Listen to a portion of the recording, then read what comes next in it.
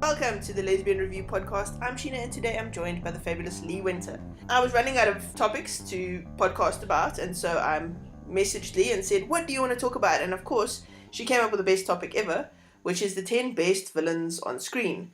And I was like, ooh, what a great idea. But this put me at a serious disadvantage because I had to then sit and think about who I thought were great villains. And of course, they all had to be females because, males don't exist in my universe, more or less. But Lee, what did you think of when you put together your list? What were your sort of criteria? Well, my main thing is that they can't be one-dimensional. I think a one-dimensional villain who just, goes, wahaha, I'm evil because, and you don't know anything about them, it's just so lazy. So I thought, right, a villain has to have a great backstory, and they have to be able to try and convince me why their path is necessary. Don't mean I agree with it, but they have to convince me that they believe it. And having said that, there is one villain on my list who is quite one-dimensional, but she's a bit too chilling to ignore. But all the others, they've all got a reason in their madness, and they all believe what they're doing is perfectly fine.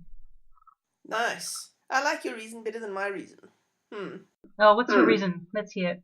Basically, I wanted villains that were evil, not villains that I could necessarily understand. Oh, the opposite of me. That's fantastic. But, well, exactly, right? So I wanted villains that, just were pure nastiness, and, you could see that there was some sort of reasoning, and you could see that the acting was fantastic. Like, I've got the actresses in as well, because I just think their portrayal of the villains was superb, because I think it takes a serious skill to be able to do a villain that we enjoy watching. Yes, and you have to be careful of going camp. Yes, absolutely. Right. Okay, so who is your first villain? Oh man, I changed the order of this about 3 times, but I have a really soft spot for this top villain, and it's Joan Ferguson, the freak from Wentworth. She's the meanest governor that ever strode the corridors of Wentworth Prison. Everything has to be really precise and neat and ordered and controlled in her world, and if it's not, then she'll go and fix it, and it doesn't matter what the cost is. And if the cost is killing a prisoner or 2, or getting someone set up in a murder charge, she's fine with that. And you think, oh my God, she's this ice-cold sociopath. But then you find out her backstory, and it's just so heartbreaking. And you find out Joan's been on this mission to avenge this young, naive prisoner that she fell in love with when she was at a different prison, when she was just a prison guard. So she's on this vendetta to get payback for this woman's death. And she's so twisty and Machiavellian, and that's right up my alley. And I love, villains with wheels within wheels. And there's a rat cunning to her. And I find people in power abusing power is pretty chilling. But when you see them slowly come apart, and Joan gradually begins to do this at the end of season 3, and eventually having this massive breakdown, and you can't help but feel for them. And she's pure Ice Queen, and she's got this vulnerable crack in her soul that's as deep as a glacial fissure. She's brilliant. And love drives so much of what she does. Yes. You think she's heartless, and then you discover, no, wait, she's all heart, and that's the problem. But she hides it, the mask. Everything is about the mask. You never know how bad it is underneath the surface, and she's just barely keeping it together. She's a fantastic character, but Wentworth does some of the most awesome bad guys, who aren't actually bad guys because you can just see so many layers. Yeah. In fact, Wentworth has got a bit of a knack for taking who you think is a bad guy and making you really sympathetic towards them. Yeah, which is kind of why I like the show, although it does do some batshit crazy things in the later seasons, and I'm sort of a little bit less impressed with it because, they put Joan inside her own prison, which is just ridiculous and stuff like that. I'm much more of a fan of season 2 and 3 where she was the prison governor and she's controlling and she's on top and you see it slowly coming apart, and that's what interests me there. Absolutely, I agree with you. Those were definitely the best seasons. And what was your number 1? I have to know. I'm dying to know. My very first pick is Kathy Bates as Madame LaLaurie in American Horror Story Coven. Now, Kathy Bates has done some fantastic bad guys down the years, including the lady from Misery, right? And it was actually quite a Yes. toss-up for me to choose between this character and the Misery character. But here's what I figured. I figured this character basically tortured and killed many more people. I think they discovered something like 70 or 80 bodies buried in the real the real plantation where she actually lived, like back in the day, Oh, no. because she's based on a real human being. Oh, I didn't know that. So this character is actually based on a real person that lived there and would torture and kill her slaves. But Kathy Bates' portrayal of her is just phenomenal. And what American Horror Story did so beautifully in this particular season was they took this woman who used to be the queen bee on the plantation and who would literally torture and kill her slaves, and then they turned it around, brought her back, however many years later, and as a kind of a punishment, she had to be the servant to a black witch. No. Payback. Exactly. But Kathy Bates did this character so beautifully, and throughout everything, she remained this evil woman, and I think Bates does evil better than just about any other actress, like, on earth. She's got cold eyes. She's brilliant at that. Definitely. So yes, that's my first pick. Alright, so swiftly along to your number 2. My number 2, it was almost my number 1, based on body count. And if it's on body count, then she wins everything. It's Cersei from Game of Thrones. And I always think that if Lady Macbeth had won everything, she'd be Cersei Lannister. Like, because here's this woman, oh my God, the thing she does, she beds her own brother, she nuked all the religious zealots and half her city with her daughter-in-law in it. All she wants is power. And when she gets it, all she wants is to protect it and have some more. So she's hungry and paranoid. At first I thought, oh my God, this is such an empty character. I mean, she's all over the place. But then when I really thought about it, and you look at her backstory and, who she was married to and stuff, women generally don't have much power in her world. So there are aspects of her that I really do understand. I don't agree with it, but I understand her compulsion to show them all. So I think in 2 words, Cersei is amoral and voracious. And I think I'll add a 3rd word, fascinating, in her own way. I love that she is a woman who really wants the power that men have, but can't have it, and so she has to manipulate her way into it. Yeah, she didn't like the rules, so she changed the rules and just kept changing it, but she can't stop. There are no breaks at all. There never will be breaks for her. I mean, she's never going to have enough. She's actually a remarkable actress. Yes. Oh my God, I love the actress. Of course, she's been in a few lesbian things that we all love. Yes, I forget her name offhand now. But she was in Imagine Me and You, and she just played the exact opposite of Cersei. She did. Like, when I first saw that she was going to be Cersei, I was like, okay, I don't know if I'm going to believe this, because, I've only ever seen her play these kind of goody sort of roles. No, I knew she could do it because of Sarah Connor Chronicles, and again, she had the dead stare, and I thought, yeah, okay, she could do that. Right.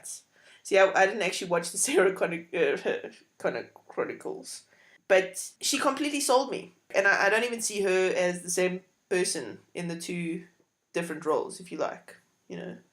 No, you're right. You're absolutely right. All right, so my second choice is Rosamund Pike as Amy Dunn in Gone Girl. So, in Gone Girl, she plays the wife who is suspected of being dead. Okay, now here comes a huge spoiler. So if you haven't watched Gone Girl, block your ears for a minute. But basically, it turns out that she's behind the whole evil scheme to try and frame her husband for her own murder. And she just goes on this killing spree, and she's just this horrible woman in the end. But it's this beautifully done thing where you think at first she's this victim, and she just plots it all so perfectly, and it's just so psychotic. Beautiful. Oh, I like the sound of all the twisty-turny stuff. That's fabulous. It's quite violent, just to give you a warning. I survived watching Spartacus. I think I could survive Gone Girl. I don't mind. Well, I can tolerate violence but I hate it when there's a horror aspect. I'm a scaredy cat. This is a thriller. This is not at all a horror. Okay. So what is your next? Well, Regina Mills in Once Upon a Time. No, I want to say it's Regina Mills and not the evil queen she also plays, because I'm sticking to two-dimensional characters and not the one-dimensional. And I've always thought, I mean, anyone can kind of slide on the leather pants and strut around and be bitchy and cruel. I think that just did nothing for me. I mean, I think yeah. But when she was Regina Mills, my God, she had my attention. So for people who don't know, the evil queen in Once Upon a Time cursed everyone into the modern world, removing their memories, and made herself Mayor Regina Mills of the town of Storybrooke. And in season 1, Regina Mills just gets off on control. She's like the worst ex you ever had. She watches your every move. She gets your car clamped. She gets your brakes cut. She gets your ass tossed into jail. And it's because she is in power that she's so dangerous. Everyone's terrified of their mayor. And the thing is, she's also really fixated on the hero, which is Emma Swan, who's just blown into town. And this is why I like her. She's like this coiled snake around her the whole time. She's just watching and waiting and planning and plotting. And I can't tear my eyes off her because Lana Pereira just conveys the depth of what's going on behind the mask, sometimes with the most subtle bits of eye movements. And anyway, so she's always trying to show the public persona of Mayor, sort of like an uptight bitch, and versus the private one, which is an angry mother protecting her turf. And I also think, just personally, she's the hottest of hot messes I've ever seen. That was excellent. The hottest of hot messes. I love that. Okay, I agree. I think she does a fantastic job. But when she's the queen, isn't that supposed to be more fairy tale-y? Isn't it supposed to be flatter? Yeah, it is. Like, she does exactly what she's supposed to do. It's just like that doesn't appeal to me. That's all. Yeah. She plays her role as well. The problem is I just see camp, and I have a low threshold for camp. Okay, fair enough. I totally get that. Cool beans. So my third pick is Hudson Leek as Callisto in Xena. Oh yeah. Callisto's arguably one of my favorite bad guys in Xena, and Xena's got some fantastic bad guys. But Callisto's just crazy. She will literally just kill people just to see Xena squirm. I love it. I haven't actually seen Hudson Leek in anything else. No, I have. She did a Touched by the Angel thing. Touched by an Angel? And I could not reconcile her playing this incredibly good human being with sweetness flowing from her soul, and Callisto, who just was one twist away from complete and utter madness. I don't know if it was a full twist even, hey? Oh, look, I remember the way she, like, when Lucy Lawless, who plays Xena, hurt herself, like broke her pelvis, she had to be substituted in, and Callisto played, she pretended to be, she was actually acting as Xena. Like, it was a body swap thing, that they needed the actress to be filling in. Anyway, long story short, she screws Ares. We see Callisto, we know she looks like Xena, and she's having so much glee thinking, oh, this will really annoy Xena, and she's doing all these things to just really piss off Xena. I thought, she loves this woman. She must. She's got such a fixation on her. She's really, really into Xena. And she thinks about her and talks about her, and the whole thing. I think Callisto is really. I think she was in love. I think it was a really complicated relationship between the two of them, because the backstory with Callisto and Xena is that Xena destroyed Callisto's family and village and stuff when she was still a bad guy, and so Callisto grew up wanting to enact revenge on Xena, and so she learned all of Xena's fighting technique to be able to best her. But then she comes head to head with Xena, and it's not actually quite that simple. And I think at that point she realizes if I do best Xena, then what does my life become? Yes, that's true. And so she never quite lets herself do it. Yeah, there's a lot of single white female in the way she stalks Xena and takes on her life. But in fact, even the first scene you see her, she's pretending to be Xena to, establish that Xena's gone bad again. But I remember Hudson got asked at a fan convention, will Callisto ever find love? And her answer was she's already found it. Implication being she's got this fixation on Xena. It's just a really messed up situation. It really is. I wouldn't even know how to categorize it, to be honest. Fantastic. That's how one categorizes it. I'll pay that. Yeah, no, she's very memorable. Absolutely. All right.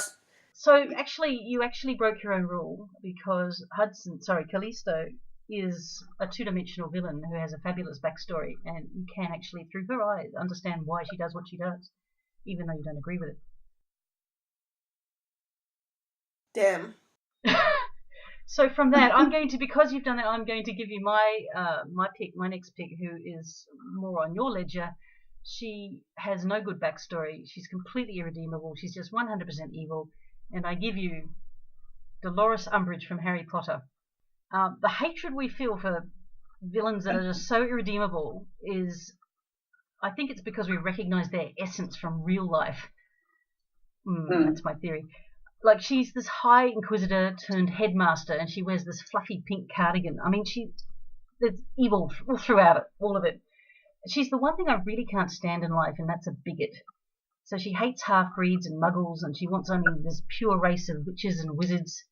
She loves abusing her power. She's always inflicting all these torments on people, and you feel as powerless as the students and the teachers of Hogwarts when you're reading what she's up to, or watching, in the case of the movies. And I think she's really relatable to modern politics with her hate speech. She's this wolf dressed up in sheep's clothing, and it's all for the betterment of society, while she says the most horrible things about marginalised people. And I think because she is that, she is so relatable in real life, and we can see parallels in real life. I think that far more chilling than Voldemort. I think he's just a camp moustache twirler next to her. And I think she's so subversive. I shudder at the sight of her and her pink cardies. You shudder her? I shudder at the sight of her. I know, but it's like, she's so fluffy. I know, that's why she's evil. Because you're just, like, she's like everyone's nana. And you know that she's like, if you saw her true face, you'd recoil. It'd be like Freddy Krueger. But I think that's what makes her such a fabulous bad guy. Because there are no redeeming qualities, nothing. And on the outside, she's exactly the opposite of what she is on the inside. And I think that's why she's just the best bad guy. I think it's a fantastic choice. She's the only bad guy, I think, that I can think of off the top of my head who I would enjoy seeing eviscerated. All the other ones I pick, I'm quite fond of them in their own sweet, strange, messed up way, but not her. No, just whatever you have to do to her, I'll be cheering. It was an interesting choice, though, because Rowling didn't do that with any of the other bad guys. It was just this one that was just pure bad. I wondered if she was like an anti-Thatcherite or something, you know, JK, and she thought, yeah, I'm just going to put Thatcher in this.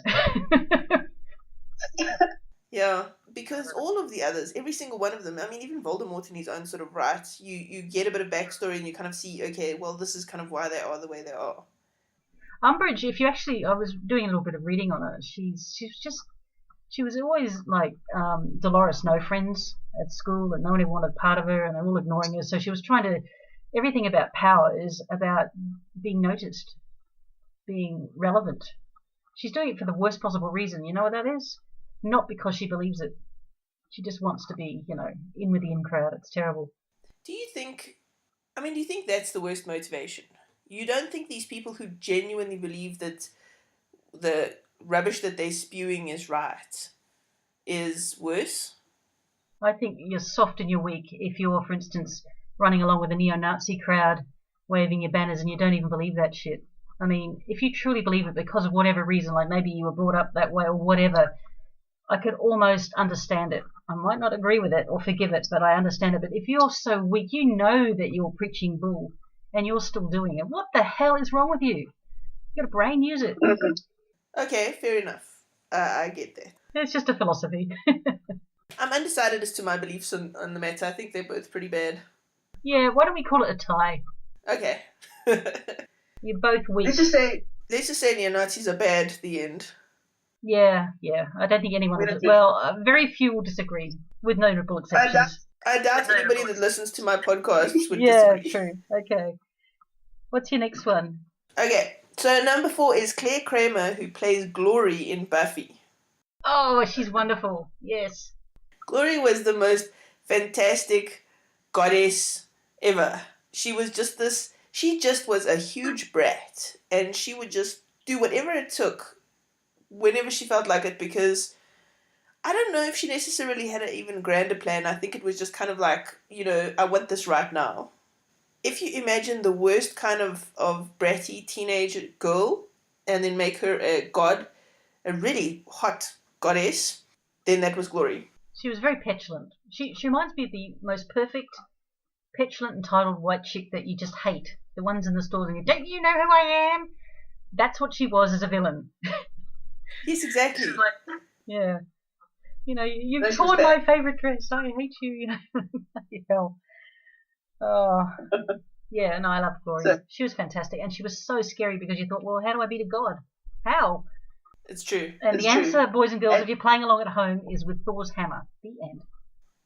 True story. No, you remember they got the troll hammer. And they just kept hammering her, and then, stuff happened. That was sad. I was sad that they defeated Glory. I really liked her. But she wanted to open up the devil dimension realm and bring in all the flying demon dragons and stuff. Yeah, but didn't they all? It's really hard when you're going up against a god because, boy, how does a writer defeat a god? It was really hard. I felt Buffy's pain. I did. She was a fantastic character, and she had a kind of a she sort of possessed a male body, and so there was a guy that acted like her, but so he was human sometimes, and then he would change into Glory, and then we'd see her. They had shift work. Yeah, some days, they would flip in between being a male or a female. Yes. She called him her brother or something, but they were linked together forever. Yeah, and he was really good too in the role. So it was a really good casting choice with both of them. Yeah, and even he turned evil at the end because he just wanted to. Well, he wanted to live. You can't really blame him, but he did turn evil. All right. So, what is your last pick? My last pick. Okay, all my villains have been pretty hard ass, cold, cool, borderline sociopathic. But so I've thought I'd pick something fun. And Lucy Diamond from Debs is proof that some villains aren't just lovable in their own way if you squint hard enough, but they're just plain lovable. For those who don't know, Lucy is a villain in hiding who falls for a young special agent, Amy Bradshaw, who is hunting for her. And what makes Lucy relatable is that love is her Achilles heel. She orchestrates a bank heist just to see Amy again. And I laugh every time she says she wants to destroy Australia because she just doesn't like our attitude. And she has the best henchman in Scud who just wants her to be happy. And at the end of the day, her villainy is just thwarted by her soft heart. I mean, what's wonderful about her is she's also a villain for kids too. I mean, it's a PG-rated movie, and she's beautiful and romantic and clever, and she's just a hell of a lot of fun. And if you haven't seen Debs, what are you waiting for? Get out there and hire it. It's a wonderful romance. It's such a sweet film. It really is. At one point, she decides she's going to win Amy back, and so she starts giving back all the money that she's stolen and all the art that she's stolen and stuff. So there's this musical montage. You see them with giant money bags, putting it outside the bank and that kind of thing. It's just so adorable. Yeah, and they put a little note that said "sorry" on the bags of money. It's like, oh god. Yes. No, absolutely. I think she's a fantastic villain. Definitely one of my favorite movies. Yeah, mine too. They've been in my top 5 movies, I think, of lesbian romances. Yeah. So what's your last one? I'm dying to hear what your last one is. Okay, so my last one is, and I hope I pronounced this correctly, it's Nina Dobrev as Catherine Pierce in The Vampire Diaries. Okay, so The Vampire Diaries is this sort of emo teenage TV drama thing, which I just think is wonderful. The female lead, the main character is Elena. So Nina plays both Catherine and Elena. Now, most of the time she's Elena, but then we get introduced to her evil doppelganger vampire, which is Catherine. And Catherine is just fantastically evil. And Nina does such a fantastic job going between this kind of really good high school sweetheart main character and her evil doppelganger, Catherine. And Catherine is just the best bad guy. She is such a brat. She just doesn't care what the consequences are. If she wants something, she goes after it and she'll happily kill everybody. And she kind of tortures Elena, and it's so fun to watch her being both of the characters, but especially Catherine. Catherine is my favorite. And then they went and killed Catherine, and I went to cry, and now I don't watch it anymore. Oh, so let me get this straight. The actress tortures herself? Yes. That's what I thought you said. Yeah. Oh my god. Okay. That's really out there. It's because she plays both characters, right? Right? I get it. Yeah. She does such a great job going between the two that you wouldn't even say it was her. At one point I went and looked up, does she have a twin or something? That's a sign of a good actress. Exactly. All right, so you have a bonus, and I bet nobody can guess what your bonus is. It's a mystery. No one will ever in a million years guess that my bonus is Miranda Priestley from The Devil Wears Prada. Well, she isn't really a villain though, is she? She's just like this uber bitch. She's the most vicious fashion magazine editor who's ever like drilled her high heels down any hallway. She's demanding and capricious and narcissistic, and she'll do anything to save her career, including snatching the dream job from her oldest and dearest friend, Nigel. But what I love about Miranda is she has a mask, and you think she is such a bitch, and then eventually it cracks, and it reveals her vulnerabilities and her inability to juggle work and parenting and marriage, and she hasn't got it all together, and that's just so human. And the bottom line for me is the best villains are also very human, and there's someone we recognise within our own group. And so there's a reason Miranda's on many best villain lists as well as many best female character lists. I think she's hypnotic to watch, she's beautiful, she's the iciest of ice queens, and that's all. You have a particular affinity for ice queens. I do. It's the genre I write. Well, it's not really a genre, is it, Ice Queen? But it should be. All my books I've written so far are Ice Queen books, melting the Ice Queen. Just before we go, the last time you and I did a podcast together, we had a chat about transgender actors. Yes. Okay, so we talked about transgender actors, and I was saying, well, I don't know, I would prefer to see good actors portraying transgender roles than mediocre transgender actors portraying transgender roles. Okay, since then a lot has happened in my world, and I've thought about this some more, and I've decided I disagree with myself, and I think that we should be, in fact, having more transgender roles and more transgender actors playing transgender characters.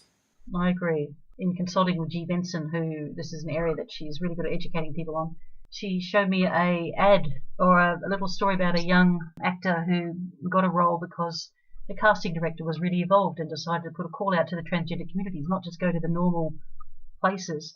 And this young actor was telling how it changed his life and how he got to see himself on screen, be on the screen, all that sort of stuff. And I just thought, yeah, I think wherever it's possible, get that call out, try to reach out, find someone transgender to play the role. I agree with you. Now the question is, do we feel the same way about lesbians? How do you mean? Do we think that lesbian films should have lesbian actresses? Where possible. I feel so conflicted about this, and I'll tell you why. Because lesbian films are by and large the worst films ever made. True. And then you look at the ones that I love, and they tend to be more mainstream. And the directors and the actors and actresses get it, but they're not necessarily lesbians. Imagine Me and You was directed by a guy, and it's a fantastic film. And it doesn't make it any less lesbian, but it also makes it more accessible to the mainstream market. So, yes, I think we should be employing lesbians because I think by and large it's difficult for anybody who's an other, any kind of other, to be employed, first of all, because there is such stigma around us.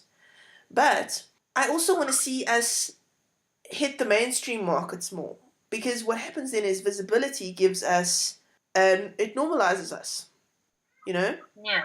And if the best way that happens is with whoever can make a good movie making the good movie, then I think maybe I would prefer to see that at this point. Yeah. I mean, the problem is, if you've made a dud movie because you've insisted only on having lesbians in it, and let's say half of them can act really well, or half of them are a little above average, and the rest are everyone's exes, it's not really going to cut through, is it? And get wider mainstream attention. I mean, it's a tricky one, isn't it? Boy, oh boy.